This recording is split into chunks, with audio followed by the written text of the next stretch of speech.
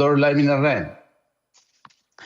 Dhe nxitja që vjen për këtë proces vjen pikërisht për shkak të lajmit të rren. I vetmi lajmi vërtet që është në këtë vend tani, është lajmi se po dëmtohet Shqipëria, po dëmtohet vendi, po dëmtohet turizmi, po dëmtohet e ardhmja e vendit.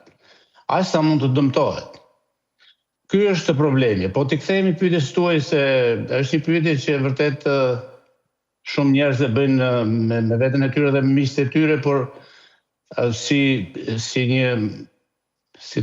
një kujdestare e mirë një emisioni, duhet jeni e para që e bëni këtë pyetje kaq drejt për drejt.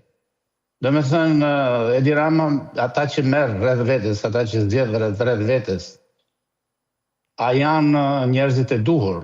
Askush nuk e di se si janë. Në fundit bën disa vlerësime, bën disa pamatje me veten tënde, me miqt, me institucionet, por pjesa më e madhe e tyre dalin normal, pjesa tjetër praktikisht si në gjithë botën, nëse nuk ju jep privilegje gjatë gjithë jetës, do të dalin të shajnë në rrugë, të delendisin.